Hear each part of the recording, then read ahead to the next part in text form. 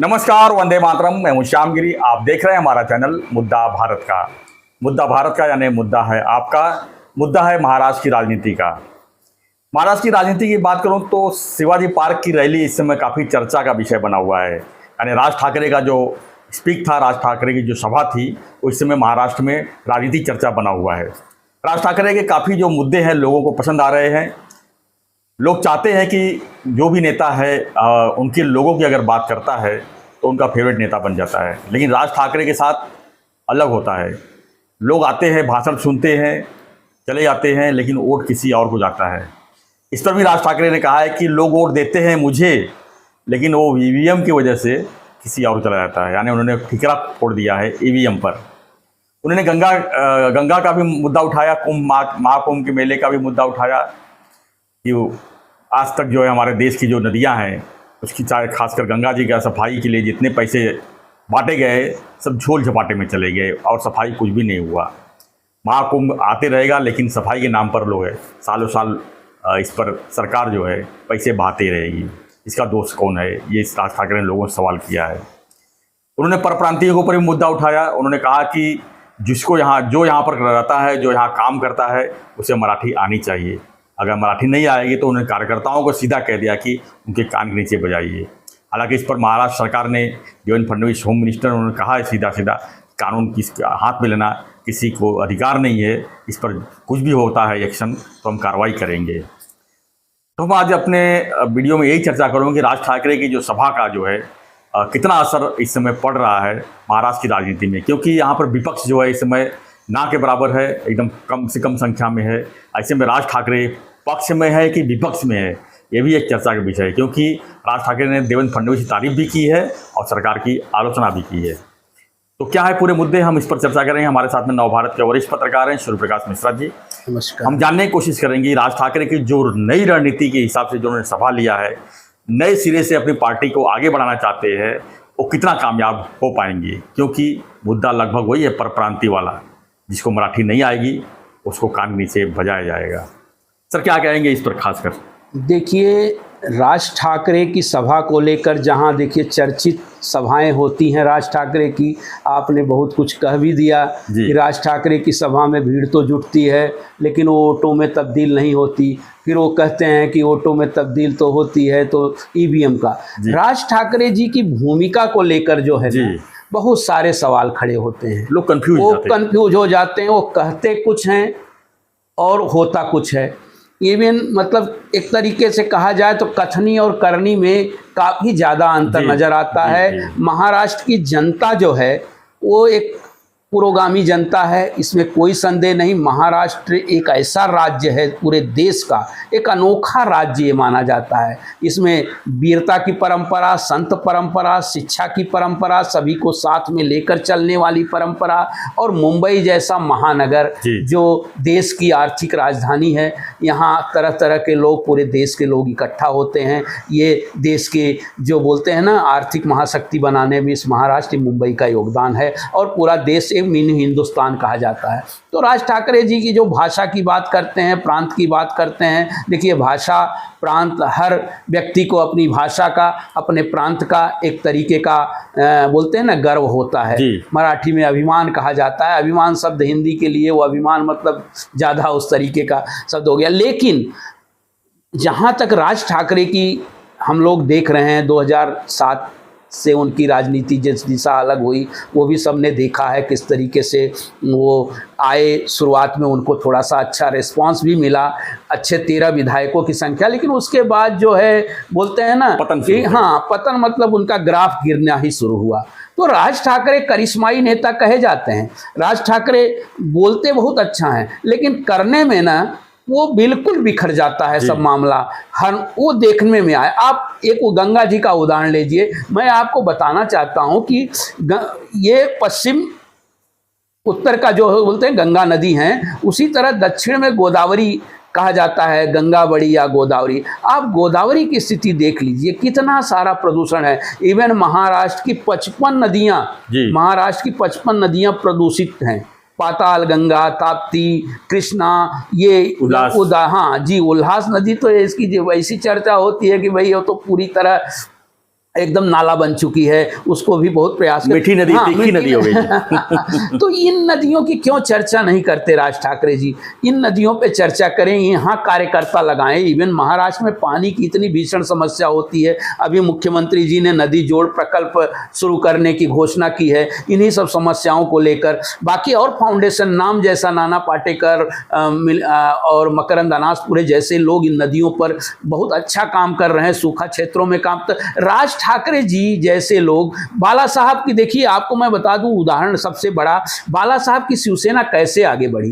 बाला साहब की शिवसेना केवल आम आदमियों के मुद्दे ही नहीं उठाती थी, आम आदमियों के लिए रास्ते पर उतरकर काम करती थी। छोटे छोटे उसके अस्पताल के समस्याएं हैं, उसको राशन कार्ड की समस्या है, उसको स्वास्थ्य की समस्या है, तो वो शाखाओं से उसके काम होते थे।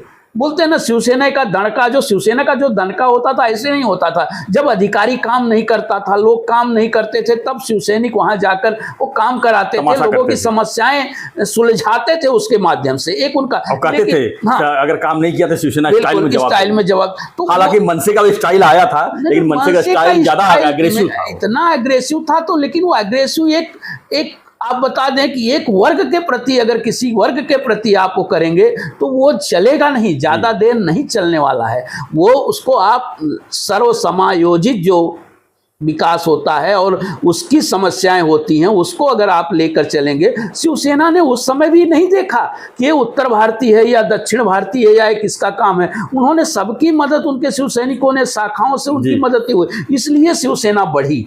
और आप उसी चीज को लेकर बार बार जो चीजें हो चुकी हैं, उसको भाषा का विवाद या प्रांत का विवाद, ये वाद अगर चालू रखेंगे तो उससे आपकी पार्टी है, आपके लोग बढ़ने वाले नहीं हैं। समस्याएं आप उठाते हैं लेकिन उन समस्याओं का निराकरण बिल्कुल नहीं होता। मैं बोल रहा हूं ना, अब महाराष्ट्र में इतनी सारी नदियां प्रदूषित हैं, 55 नदियां प्रदूषित हैं, 600 नदियों का प्रदूषण का रिपोर्ट है पूरे देश के, उसमें से सर्वाधिक नदियां प्रदूषित हैं तो महाराष्ट्र की हैं।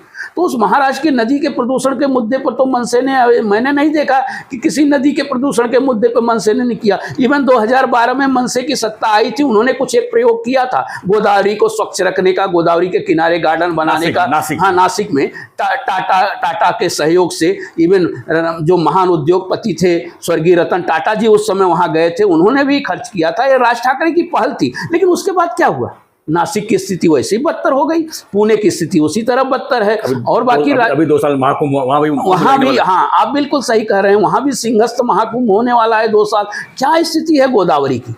गोदावरी में सबसे ज़्यादा कचरे का पानी, इतनी आबादी नासिक की बड़ी है, सारा पानी बिना ट्रीटमेंट किए छोड़ा जाता है, वहाँ पानी ही नहीं रह गया। इवन गर्मी में महाराष्ट्र की सारी की ज़्यादातर नदियाँ जो हैं गर्मी में सूख जाती हैं। उसके पीछे ये प्रदूषण और उसके पीछे उनमें अतिक्रमण, प्रदूषण है, अतिक्रमण है और बाकी सारी चीज़ें जो हैं, तो वो कारण है। उसके लिए क्यों आवाज़ नहीं उठाती? इवन राज ठाकरे ने सारे दलों को ये आवाज़ उठाने चाहिए, सामाजिक संस्थाओं को उठानी चाहिए। पिछले दिनों राज्यपाल महोदय खुद गोदावरी पिछले महीने गए थे और वो बाहर कोई एक शर्मा जी हैं, उन्होंने बहुत अच्छा काम किया है मध्य प्रदेश में नदियों के, उसको तो उनको सत्कार उनका किया गया, उनको सम्मान दिया गया। तो ये चीज़ें, महाराष्ट्र की राजनीति इस तरह की है, राज ठाकरे जैसे नेता हैं या और भी नेता हैं, इन चीज़ों को क्यों नहीं उठाते? इस मुद्दे को उठना चाहिए। ये लोगों से जुड़ा हुआ मुद्दा है, लोगों के ज़िंदगी का सवाल है, तो आप उसको उठाइए, उस पर लीजिए कुछ।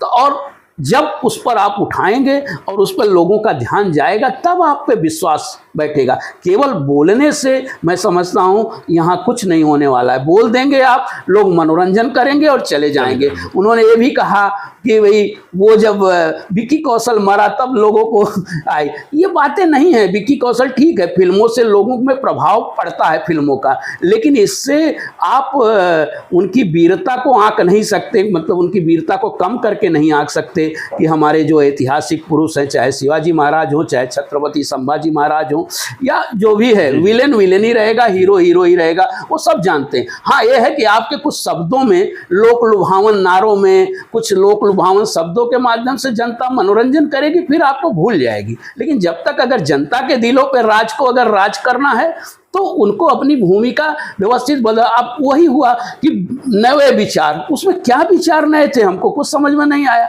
हमें तो कोई नहीं लगा कि उसमें कुछ नए विचार हैं। पुरानी बोलते हैं ना, नई बोतल, सॉरी पुरानी बोतल नई शराब, ये कुछ नई बोतल पुरानी शराब, अब जो भी है उसमें, हाँ बोलते हैं ना नई बोतल में वो डाल के दे दी, उसका कोई अर्थ नहीं निकलने वाला। मेरा मानना है कि आप जनता के मुद्दों को सीधे जुड़िए और धरातल पर उसको दिखाइए। जब धरातल पर कुछ दिखाई देगा तब लोगों को लगेगा नहीं वाकई में ये काम किया गया है। और मुझे नहीं लगता कि अभी तक मनसे या राज ठाकरे जी, और सबसे बड़ी चीज़ है कि मनसे राज ठाकरे जी अपनी पार्टी के एकमात्र वन मैन आर्मी है।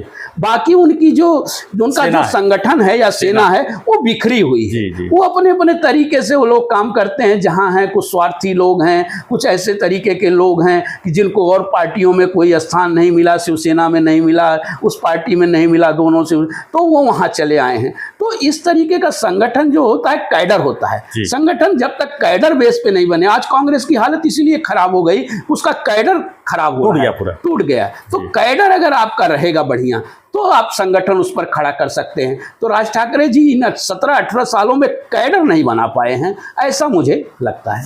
धन्यवाद मिश्रा जी इस जानकारी के लिए। तो हमारा फ्रेंड्स चर्चा यही था कि शिवाजी पार्क में जो महारैली था राज ठाकरे जी का, उस पर जो है खासकर बीएमसी के चुनाव जो अभी आ रही है, नगर निगम के चुनाव है, उसको देखते हुए ये सभा का जो है आयोजन था। और खासकर इसमें आह्वान किया गया था कि राज ठाकरे की मनसे जो है एक नए स्टाइल से आगे बढ़ रही है। तो इस पर कुछ प्रतिक्रियाएं थी। सबसे बड़ा सवाल यही था कि राज ठाकरे जी महाकुंभ की आलोचना तो कर रहे हैं, गंगा का पानी गंदा है, लोग गंदे पानी से नहा के आए, बीमार पड़ गए हैं, लाखों लोग बीमार पड़े हैं, ऐसा राज ठाकरे जी करना है। तो सबसे बड़ा सवाल ये है कि महाराष्ट्र में भी नदियाँ के बारे में वो क्यों नहीं बोलते हैं, ये भी सबसे बड़ा सवाल। क्या महाराष्ट्र में कुंभ नहीं लगता है? महाराष्ट्र में अभी 2 साल के बाद कुंभ लगने वाला है, गोदावरी नदी में नासिक में कुंभ लगेगा, तब वहाँ की स्थिति क्या है, उस पर आवाज़ उठानी चाहिए, उस पर भी।